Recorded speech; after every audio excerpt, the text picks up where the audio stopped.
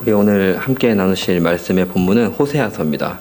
호세아서 12장 1절에서 6절까지의 말씀 보도록 하겠습니다.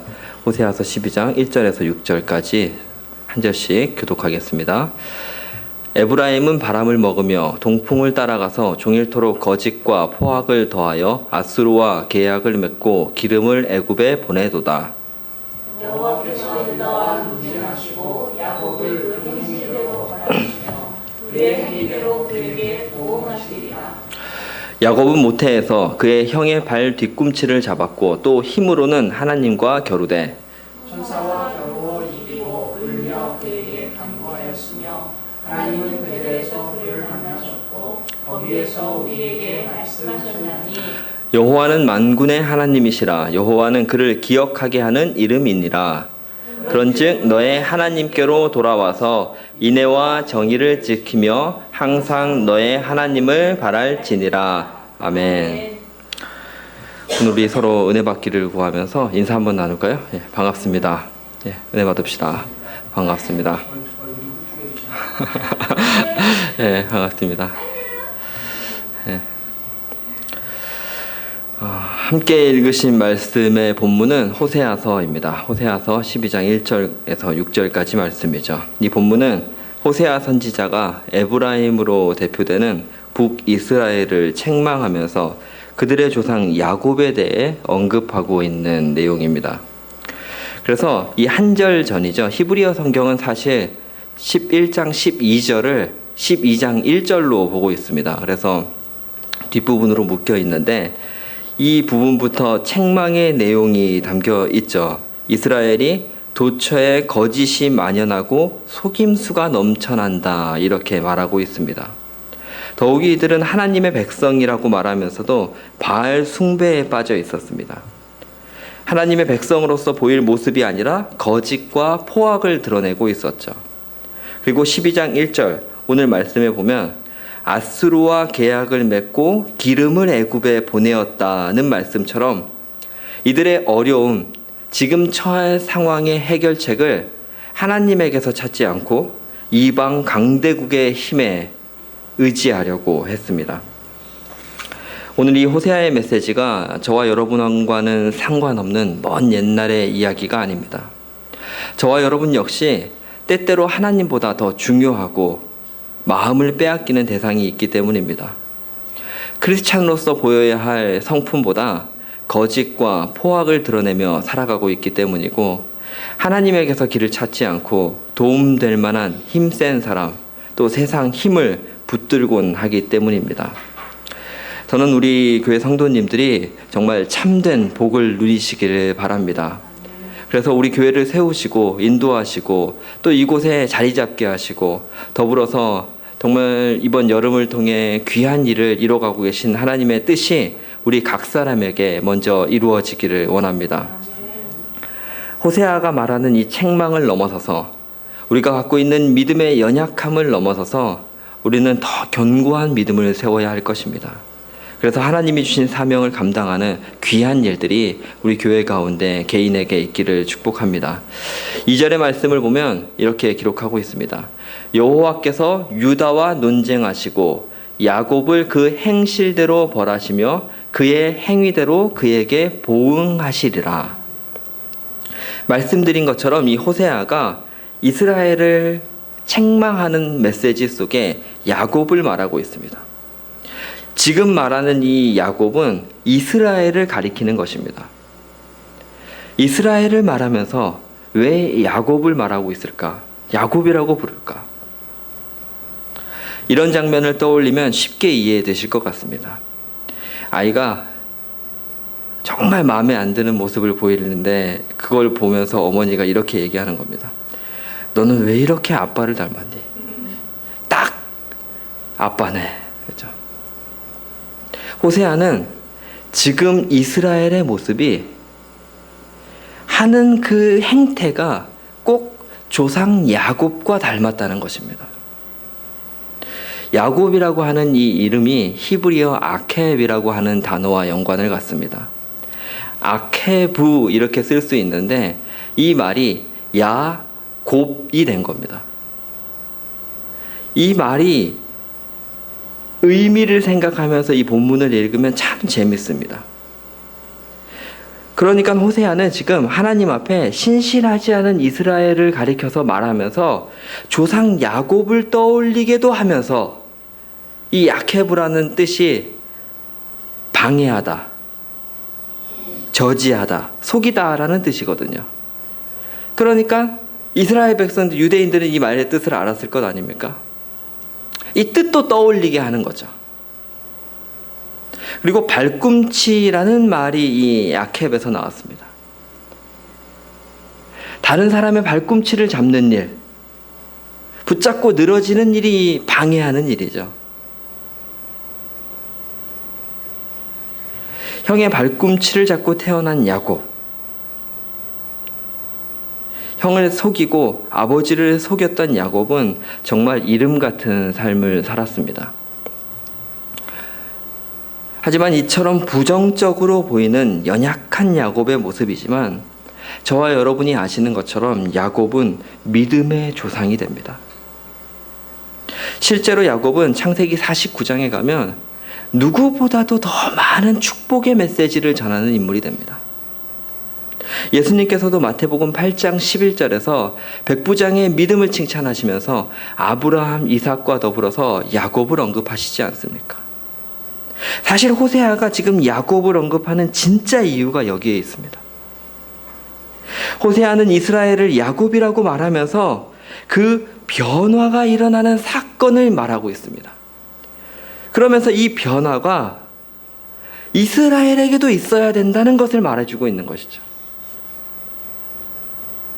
3절과 4절 말씀이죠.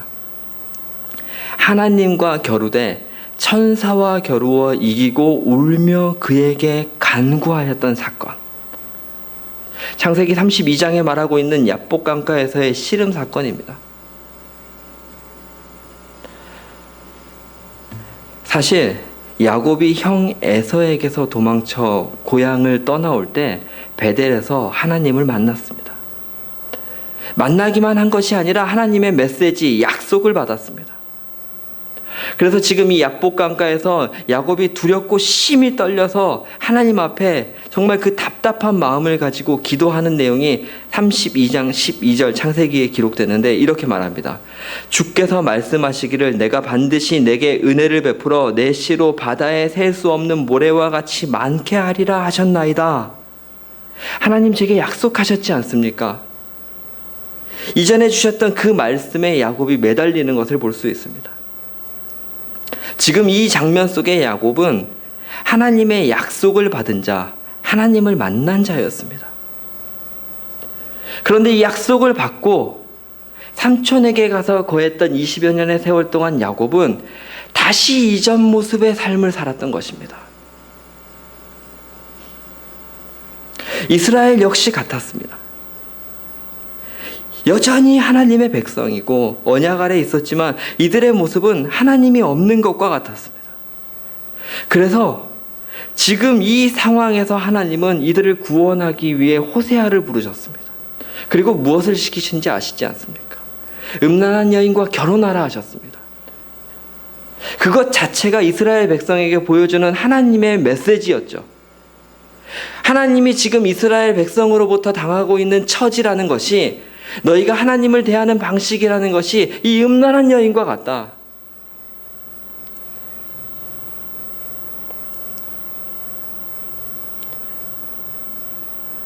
호세아 2장 16절에 보면 여호와께서 이르시되 그날에 내가 나를 내 남편이라 일컫고 다시는 내 바알이라 일컫지 아니하리라. 내가 바알들의 이름을 그의 입에서 제거하여 다시는 그의 이름을 기억하여 부르는 일이 없게 하리라.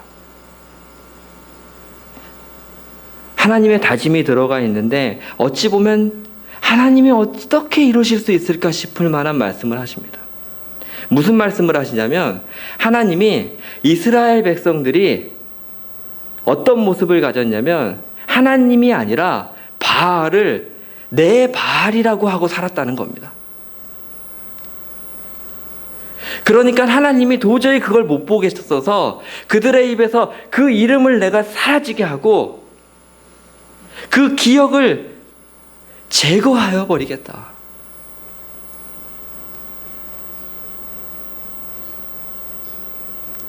그런 이스라엘을 향해서 하나님이 어떤 태도를 취하시겠냐? 진실함으로 내게 장가들겠다. 내가 여호와를 알아야 한다 말씀하시지 않습니까? 그렇게 음란함으로 하나님을 대한, 정결함을 잃어버리고 하나님을 대한 이스라엘 백성에게 하나님은 진실함으로 나는 너에게 장가들겠다 말씀하십니다.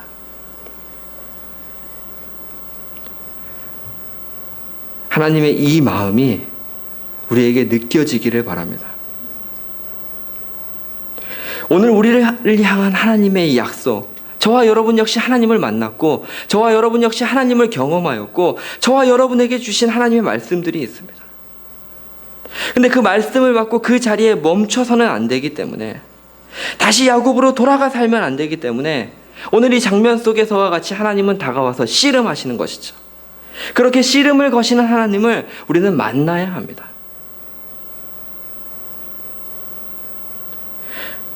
우리가 삶 속에서 바알을 내 바알이라 하고 있지 않은지, 교회 말고 내가 성도인지 드러나지 않는 그곳에서, 그 장소, 그 공간에서 세상 사람들과 다를 것 없이 내가 살아가고 있지 않은지, 아니 오히려 그보다 더 교활하고 더 속이고 더 방해하고 발꿈치를 잡는 인생을 살고 있지 않은지. 호세아가 이스라엘 백성들을 향해 야곱을 언급하며 촉구하고 있는 이 변화가 오늘 저와 여러분에게도 있어야 하는 것이죠.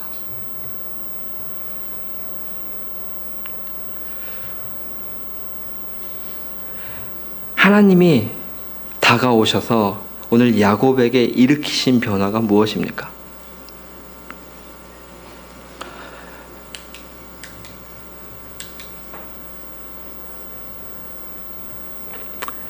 그것을 우리가 3절과 4절에서 찾아볼 수 있습니다. 가만히 이 본문을 보면 이상한 점이 있습니다. 이 본문 속에 야곱에게 있었던 일이 세 가지 기록되어 있습니다. 하나는 야곱의 출생이고, 하나는 야복 강가에서의 씨름이고, 그리고 세 번째로는 베델에서의 사건입니다. 그런데 이 야복 강가에서의 사건만 3절과 4절에 반복해서 적고 있는 것을 보게 됩니다. 3절에서 야곱이 하나님과 겨루되 이렇게 한번 말을 했는데, 4절에 가면 다시 하나님과 겨루었다는 얘기를 또 하고 있는 거죠. 그리고 여기에 덧붙여서 이기고 울며 그에게 간구하였다는 설명까지 추가되어 있습니다. 아시는 것처럼 성경은 허투루 적힌 내용이 없습니다. 의도가 있는 것이죠. 오늘 호세아는 이날 야복 강가에서의 씨름을 언급하면서 이 씨름에 두 가지 국면이 있었다는 것을 말하고 싶은 겁니다. 한 가지는 야곱이 형의 발꿈치를 잡았던 사건과 같은 성격의 씨름의 시간이 있었고, 또 하나는 베델에서 하나님을 만나는 장면, 하나님을 경험한 것과 같은 씨름의 순간이 있었다는 겁니다. 그러니까 같은 날 이 씨름의 시간 속에 야복 강가에서의 이 씨름이 성격이 바뀌어졌다는 거죠.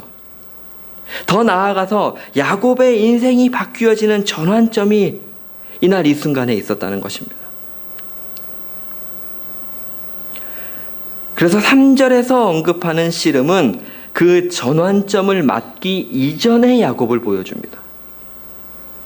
단지 반복한 것이 아니라 4절로 넘어와서 다시 하나님과 겨루었다고 말하고 있는 이 씨름은 변화된 야곱의 모습을 말하고 있는 것이죠.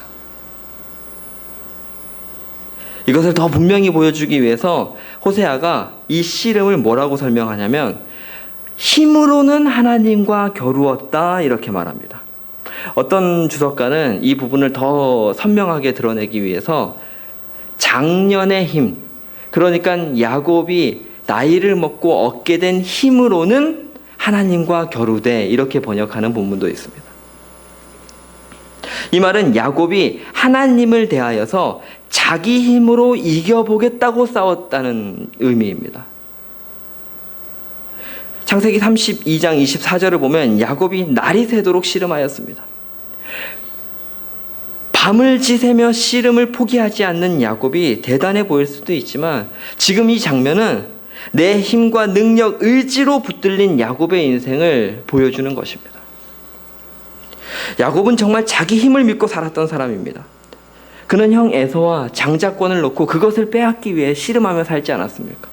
아버지 이삭에게서는 그 축복을 속이기까지 하면서 씨름하듯 얻어낸 사람입니다. 우리가 잊기 쉬운 것이 있는데 야곱이 그렇게 해서 집을 떠나갈 때의 나이가 70세 전후의 나이입니다. 창세기 47장 28절을 보면 야곱이 147세에 죽습니다. 그러니까 이 야곱이라고 하는 인물은 자기 인생의 절반을 축복받겠다고 포기하지 않았던, 그렇게 매달렸던 사람입니다. 외삼촌 라반과도 사랑하는 여인 라헬을 얻기 위해 또 재산을 모으기 위해 씨름하듯 한 20여 년을 보내지 않았습니까? 이렇게 야곱은 포기하지 않았고 씨름하였고 적어도 겉으로 보기에는 이 씨름에서 늘 이겨왔던 사람입니다. 그만큼 힘써서 이기는데 자신 있는 사람이었고 의지, 반드시 해내겠다는 그 마음가짐은 누구한테도 뒤지지 않는 사람이었죠.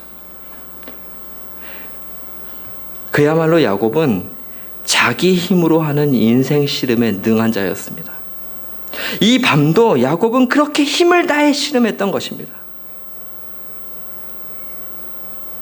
이 같은 야곱이 어떻게 4절에서의 야곱이 되었습니까? 그 전환점을 창세기 32장 25절은 이렇게 적고 있습니다. 야곱 역시 처음에는 자기가 상대하는 존재가 누구인지 몰랐을 것입니다. 그러나 일순간 자기 허벅지 관절을 어긋나게 하는 것을 보고서야 깨달았던 것이죠. 이 존재는 내가 이길 수 있는 존재가 아니구나. 버텨서는 안 되는 것이구나. 하나님께서 사람이 버티고 섰을 때 힘의 근원이 되는 허벅지 관절을 쳐버리신 것입니다. 그리고 나서야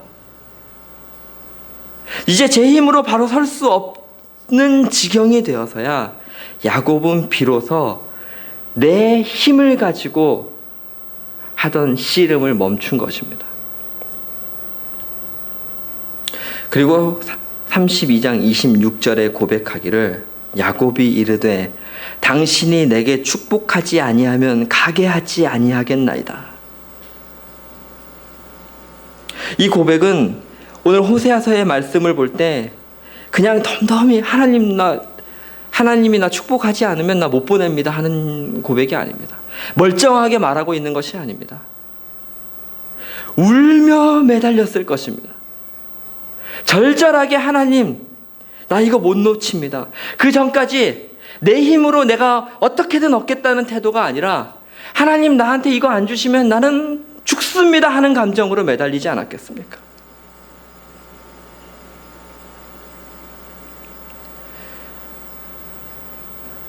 이 사건을 통해서 야곱에게 일어난 변화는 내 힘을 내려놓고 간구하는 자가 된 것입니다.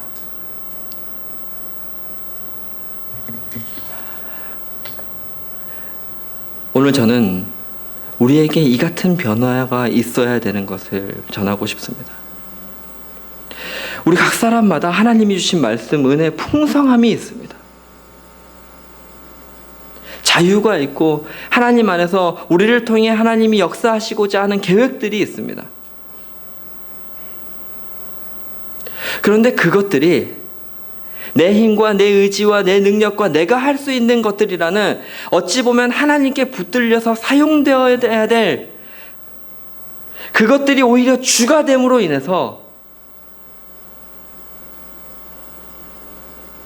하나님의 일을 방해하곤 합니다.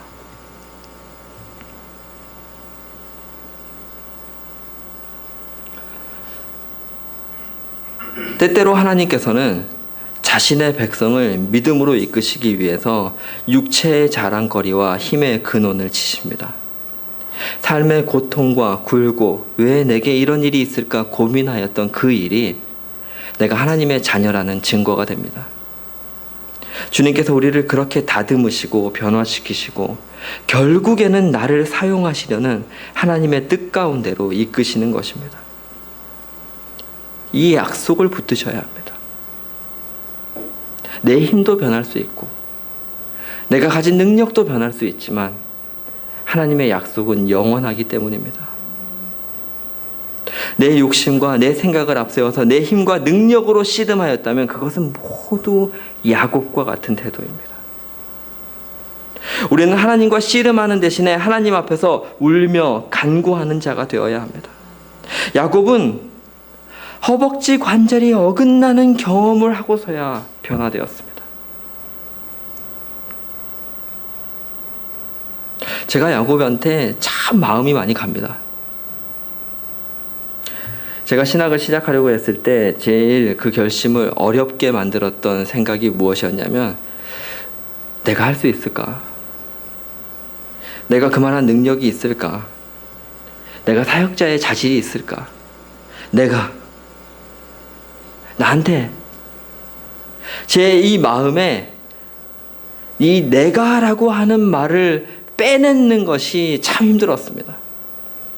그리고 이게 내가 하는 게 아니구나 깨달았을 때야 비로소 어렵지만 사역자의 길을 갈 수 있었습니다.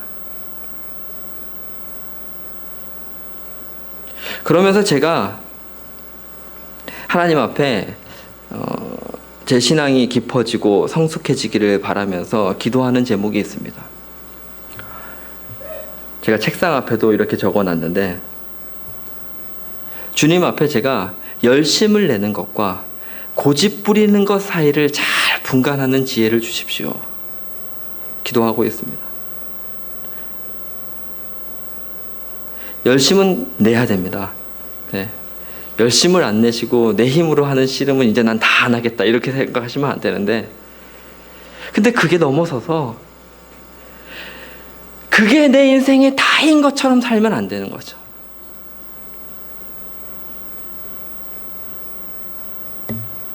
특별히 크리스찬들은 그 이상 그것을 넘어선 인생을 살도록 축복받은 존재이지 않습니까?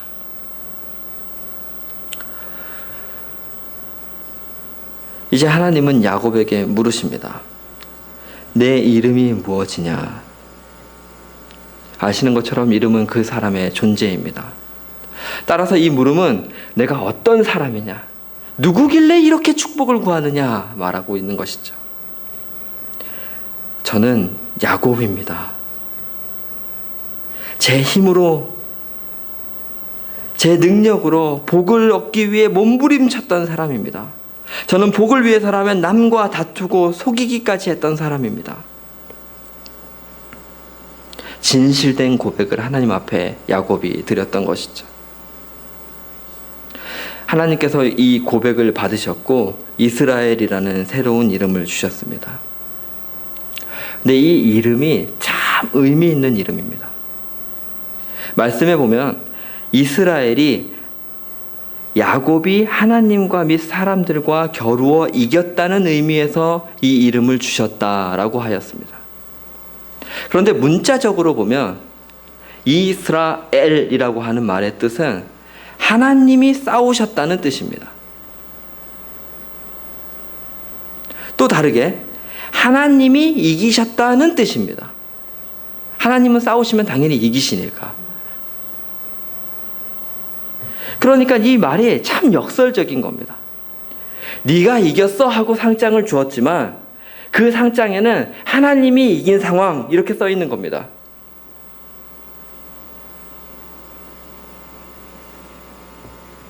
오늘 이 싸움 속에 야곱이 잊지 말아야 할 교훈이 이 이름에 담겨 있는 것이죠.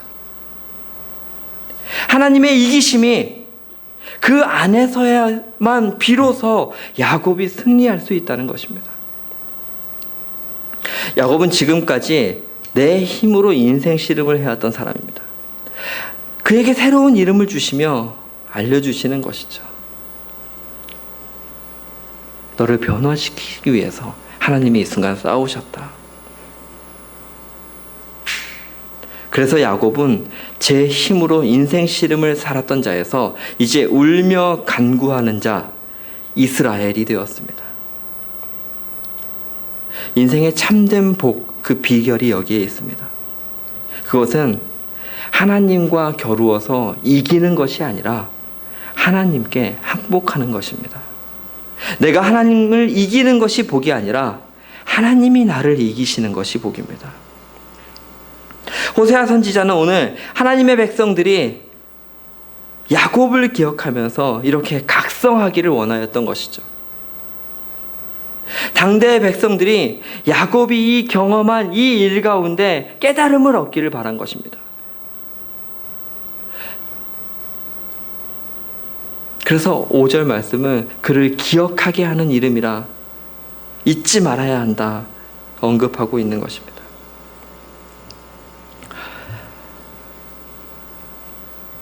저와 여러분 역시 오늘 이 말씀의 교훈이 우리에게 심어질 수 있기를 바랍니다. 오늘 야곱과 야복 강가에서 씨름하여 주신 하나님은 그곳에서만이 아니라 우리에게도 말씀하시는 하나님이십니다. 저와 여러분에게 야곱이 아니라 이스라엘로 하나님이 이기시는 인생을 살아야 한다 말씀하십니다.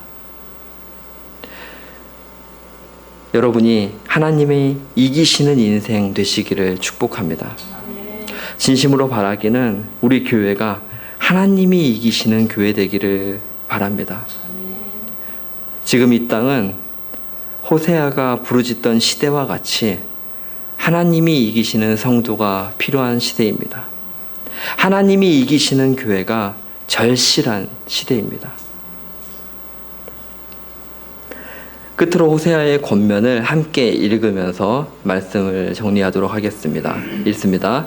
그런즉 너의 하나님께로 돌아와서 인애와 정의를 지키며 항상 너의 하나님을 바랄지니라. 아멘.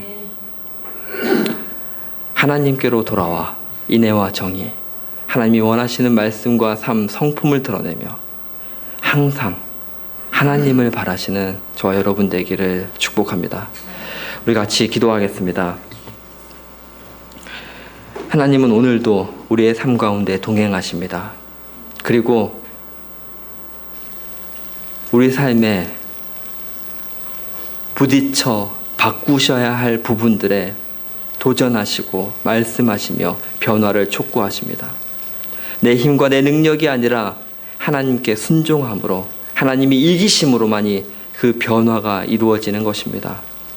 시간 하나님 앞에 이 같은 믿음의 고백을 드리며 하나님, 제 삶의 영역들을, 제 삶의 실제 이 상황들을 아직 하나님 앞에 손 꼭 쥐고 내 힘으로 하는 것처럼 쥐고 있는 것들을 놓게 하여 주시옵소서. 믿음으로 하나님이 이기시는 인생 살게 하시고 하나님이 이기셔서 내 삶을 사용하시는 인생 살게 하시고 하나님이 붙잡으셔서 우리의 삶을 하나님의 이기심을 증거하는 도구로 인도하여 주시옵소서. 이 시간 그렇게 간절히 소망하며 기도드리겠습니다.